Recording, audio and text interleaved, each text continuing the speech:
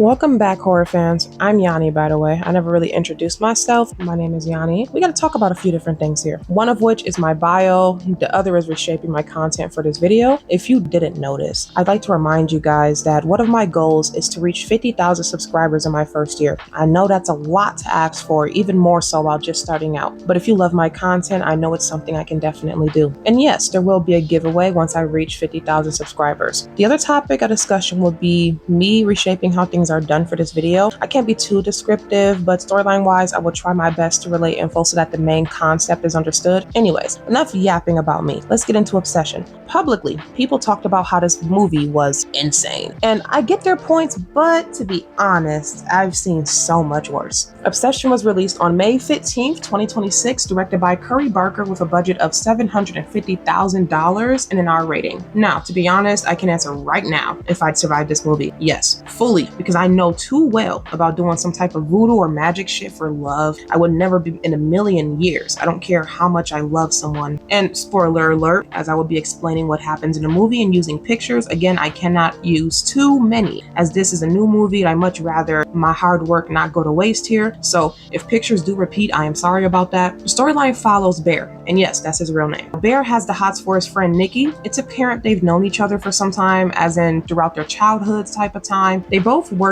at the same place along with their other friends, Ian and Sarah. Usually after work, they go out for drinks to decompress. So Ian tries to coach Bear on what to do about him being in love with Nikki. Ian is trying his best to get Bear to open up to Nikki. He tells him to be mean to Nikki at first, of course, telling him to call her Freaky Nikki, something people who bullied Bear used to call him. Bear knows that Nikki hates that nickname, quoting she's sensitive about it. They discuss flirting, but ultimately come to the conclusion that he should wait before telling Nikki that he likes her. When Bear returns home, he discovers his cat Sandy has passed away. He gets emotional, of course, and that's where we get our title card. Later in the night, Bear gets a phone call from Nikki, and she convinces him to go out with her, Ian and Sarah. Before he goes out, he goes to a shop with spiritual trinkets. His eyes land on the One Witch Willows as he buys one, not fully believing in its legitimacy, but still hopeful about it. While they're out, Ian tries to get Bear and Nikki alone. I'm thinking to give Bear time to flirt with Nikki to create romance between them. Bear gets his chance, but I saw immediately that Nikki is dodging things, even while being alone with him. But Sarah, on the other hand, I could tell likes Bear. He opens up to her about his cat passing away. Sarah, of course, is sympathetic, and I don't know, it's just her tone and personality. I can tell she likes him. In the next scene, Bear takes Nikki home and he tries to tell her how he feels, but Lord, he's just not good at speaking. I mean, I get it, you have a crush on her, but damn, man, he never gets it out, and when she leaves the car, he tries to call her Freaky Nikki. He knows she doesn't like that, and of course, she has to build a boundary over again. As she heads to her front door, Bear opens the One Witch Willow, declaring, "I wish Nikki Friedman loves me more than anybody in the fucking world," and he snaps the twig. Things get weird immediately. She acts completely different and eventually convinces Bear to take her to his house. Not only that, she wants to sleep with him. Things get weirder as they kiss, and it's like she snaps out of it and freaks out, throwing herself on the ground. This, of course, causes a reaction from Bear as he is worried at this point. Nikki apologizes and they go to sleep. The next day at work, Ian and Bear talk about the previous night. I skipped over the fact that Bear looked up the One Witch Willow reviews and they were mixed, but this proves to the viewers that he is suspicious of whether or not it worked. Nikki also built a shrine to the cat, so I mean, it can be cute, I guess. Let's get back to them at work. So Bear is talking to Ian right now. Ian wants to know if she stayed over because they walked in together.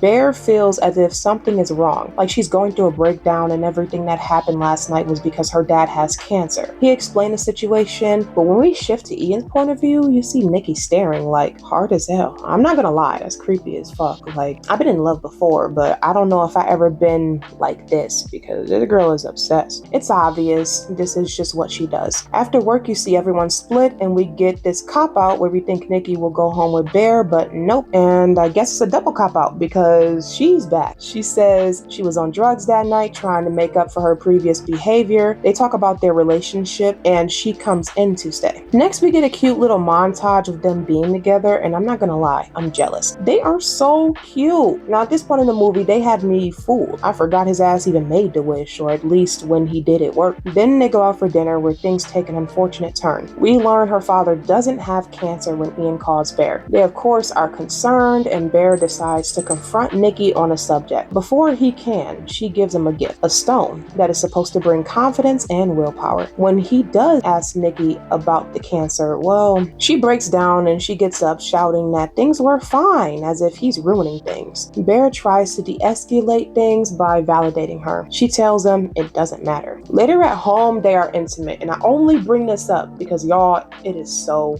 weird. I'm not even going to describe it to you. You just need to see the movie to understand what I'm talking about. Later on, at 3:45 a.m., Bear wakes up and Nikki creepy ass is playing Spot the Ghost in the dark, like dead ass. What the fuck is she genuinely doing? It's not scary or creepy, but I swear to God, I laugh. She's moving like a spider in a corner and shit, and then she just starts crying. Bear didn't find it funny though. He tries to coax her back to bed and eventually just decides to go to sleep without her. Then Nikki yells at him and evolves. She's a plant now. Look at the little plant. She's not good at hide and seek, I'll tell you that. And look at Bear, scared as shit. Yes, it's funny to watch. Maybe it's scarier going through it, or maybe I'm just insane. I don't know. She snaps out of it and goes back to sleep. Bear is getting ready for work the next day and finds out that Nikki cut his hair. How could you not love her? She can be many things, including but not limited to being a midnight barber. But Bear didn't like the cut, telling her not to do that. They talk about her transformation in the middle of the night. Nikki begins to elaborate, but she does this weird smiling thing to avoid a deeper explanation. And seeing it didn't work, she just kisses him. And that works for Bear. She apologizes again and he accepts it. And with that, Bear tries to head off to work. Nikki asks him to come with before we get another weird reveal. Nikki don't take the door. Bear struggles to open it and eventually does. He tells her to wait for him to get home after work. But hold on, we gotta get back to the tape on the door and Nikki's demeanor. Because as this man is struggling, it's like she's playfully in the background suggesting that he stay. That's why I keep laughing. Nothing up to this point is crazy scary because it's her demeanor the entire time. Like, yes, he should leave her ass, but the execution of her actions is playful. It's really weird. As Bear leaves, Nikki is frozen, literally. She pees on herself. When I saw this scene at first, it was more confirmation that the one witch Willow had worked. It's as if when Bear isn't around, she's basically stuck as some type of NPC waiting for him to interact with her again. While Bear is at work, things are normal, I guess. He opens his lunchbox to see that Nikki packed several photos of him she took without his knowledge, even while he slept. She also packed Bear a sandwich. While eating, he has a conversation with Sarah. She shows concern for him being with Nikki and believes she's using him. They argue a bit, so she drops it. They end up bonding a little over Sarah wanting to become a tattoo artist, and she takes the time to flirt with him. Sarah takes the note from Bear's lunchbox, and the note basically confirms that he is eating his deceased cat, making him throw up in the process. After work, Bear drives Ian home and confronts him on why they are not invited to a party Ian is throwing. Ian tells Bear not to invite Nikki because she seems to be too dependent on him. While Bear arrives home, he calls the customer support number for the One Witch Willow. He is informed wishes cannot be altered or taken back. And in his case, in order to restore Nikki to her former self, he must cease to exist, like permanently. I got chills when Bear asked about her episodes, and he is presumably put on a phone with Nikki, and she's just screaming. That was horrible to hear. He hangs up and enters the house to confront Nikki about the cat thing. She was in the same spot all day and looks horrible now. Bear tries to ask her about her appearance, and she shrugs him off, running to shower. He brings up the cat thing, no response. But as soon as he mentions Ian's party, things go silent. Nikki manipulates Bear so she can go with him. Ian, of course, is pissed when they arrive, but decides to just deal with it. They play a party game, which looks like drunk Jenga. Nikki takes her turn and tells a very creepy story, looking over at Bear a lot. The story is about their situation. Again, watch the movie. And then it's Bear's turn. He draws a block telling him to kiss the person to his left, which in this case is Sarah. Nikki is immediately upset, and I'm not gonna lie, I was cracking up here too because she deadass drags Sarah's chair out the way so she can receive the kiss. And then she crashes out more, telling everyone they will never have what her and Bear do. When Bear says something, Nikki corrects herself before taking it back. Then she has another episode where she seems to be fighting with the wish and hurts herself in the process. When we see Bear watching it happen, something about that look he has that I just don't like. He takes her to the hospital and then takes her home and asks her again about her behavior. She admits she knows that Sarah likes him, making Bear lash out on her. He asks her if Nikki is happy. I feel like this is where Bear is realizing that the real Nikki doesn't love him. Often they separate for a bit and it starts a bigger argument. Nikki is giving him validation and love, but Bear is realizing the real Nikki isn't this Nikki. If any of this makes sense, there's like two of them in one body. One of them being the witch Bear made and the other one being the real Nikki. It's just confirmed more when Nikki admits she can't be Nikki during their argument because they are not Nikki. They don't know the real real Nikki, but they turn things around saying they can be Nikki and she loves him.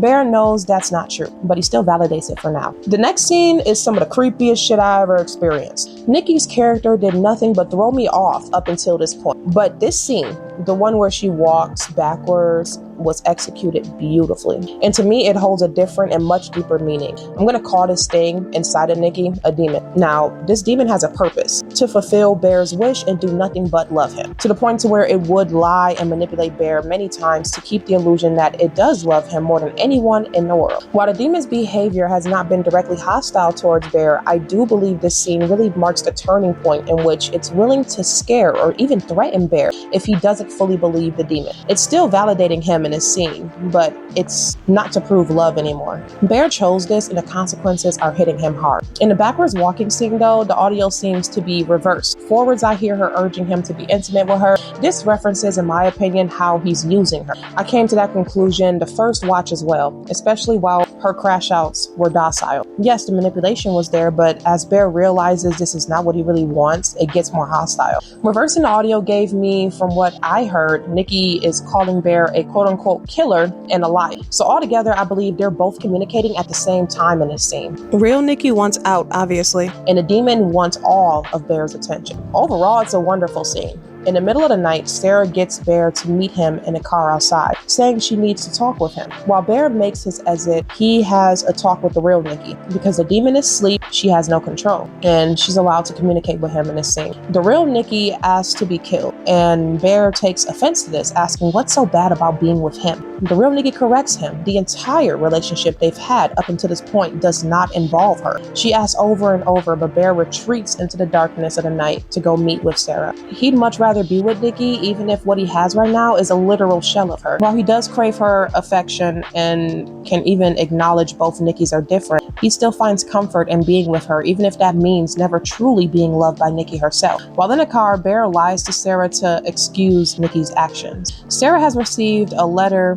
from a university she really wants to get into, suggesting they open it together. But before she gets to, Sarah tells Bear Ian and Nikki casually hooked up for years before they got together. She thinks all of this is to get back at Ian. Sarah brings up the game they played, and it looks like she and Bear may continue, like they may kiss. But that's when Nikki breaks the car window and gets rid of Sarah in a very gruesome manner right in front of Bear. Afterwards, she coddles him, whispering sweet nothings and apologizing the entire time. Nikki convinces Bear to help him get rid of the body. While in the car, Bear reads Sarah a letter, only to find out she made it into that university. Not like it matters now. He goes back to the shop looking for the One Wish Willows, and through the shop owner, he hatches a plan to get someone to unwish his wish. Seeing that's his only hope, he goes straight to Ian. The next scene was funny and irritating at the same time. Bear pulls up covered in blood trying to explain. He tells Ian about the One Wish Willow, and Ian, instead of believing Bear or even humoring him by doing what he asks, he decides to wish for $1 billion.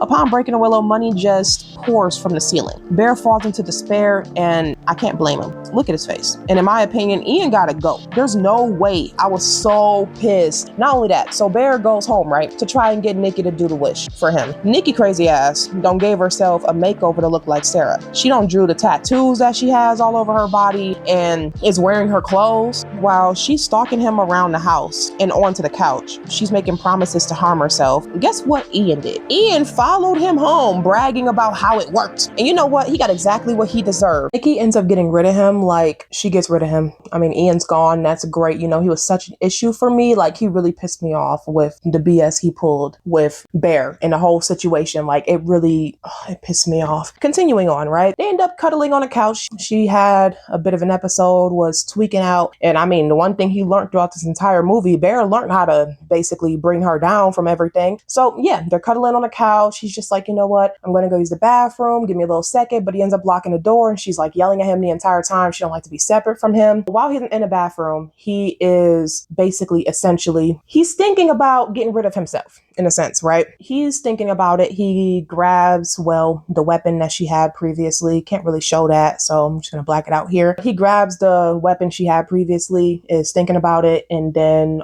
he ends up thinking about taking the pills. And not only thinking about it, he ends up doing so. And mind you, I do not agree with this at all. please don't ever do nothing like this, okay? He ends up taking a bunch of pills, and during this process, he's sitting there, he's thinking about it, and he's just like, you know what? I don't want to do this no more. He ends up trying to make himself throw it up, but in that time, you hear the jingle from the One Witch Willow, and essentially, you kind of can tell what's going on behind the door. Nikki broke the One Witch Willow, made a wish that he would practically be in love with her, so he snaps out of that, ends up going out there to greet her, and it's a cute little scene, but it's a little weird because of essentially who made the wish in this time, like the demon did, which is weird because I like to point out, so since the demon is in her physical form, right, and a demon essentially made this wish, does that mean that Nikki herself gets another wish, or is it because it is her physical being, the One Witch Willow will now work for essentially the other Nikki? Demon Nikki, she makes the wish. They end up having this cute little scene where they like each other, they love each other until, well, the pills kick in and he collapses, and Nikki's trying to figure out what he did wrong. The demon Nikki is just heartbroken, and before she decides to take herself out on some Romeo and Juliet shit, she wakes up. Normal Nikki is back, and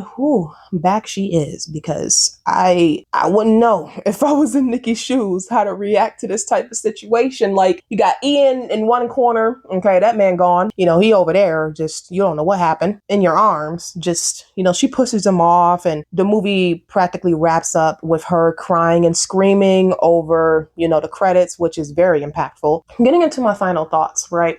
I did say previously that I would survive this movie. But if I made the decision to do something like this, the same thing that Bear does to Nikki in this movie, right? I would definitely cut it off a lot quicker, because the benefits that I want and the morals that I hold when it comes to relationships are completely different than the way he executes his decisions or the way that he carries himself throughout this movie. He carries himself very selfishly. Like, Bear is a very selfish character. Although they do try to gain sympathy points by, he's in love and he really loves her. I feel like, the beginning portion of this movie, it was too little time spent on Bear admiring Nikki as a character, which kind of does more so help the selfish argument in this. And I don't know if it's intentional or not, if they actually expected us to feel some type of sympathy for him, but I'm not gonna lie to you, when he made that decision outright, I didn't care. I laughed at a lot of different things that happened because, yeah, you're selfish. That's exactly, you get what you deserve. Now, Ian as a character, you mean to tell me you've been sleeping with Nikki for on and off for about 2 years, right? And there is an emotional component to being intimate with somebody. So you telling me that when your friend ends up developing this crush on Nikki, I'm pretty sure you've known for a long time, and you're still sleeping. Well, you basically did still sleep with Nikki up until they got together. I think it's crazy. I think that's insane, honestly. I don't know if it's because I'm a female and that's just not how we carry our friendships. I understand there are women who act this way, but me personally, never. There's no way you're trying to push Nikki off onto him. Like, if you wanted nothing to do with her, but either way, like, if Nikki came to him and basically was all in on the love portion of things, really did fall in love with Bear, really wanted to be with Bear, I wonder what Ian's reaction would be to their relationship given their history. Moving on to Sarah's character, sadly enough, I don't think there was anything we could do about her position in the movie. Like, other than her being somebody that was willing to help, I feel like that's absolutely what killed her in this movie. Yeah. Moving on to Nikki's character, I see her as more so as like a victim in the sense of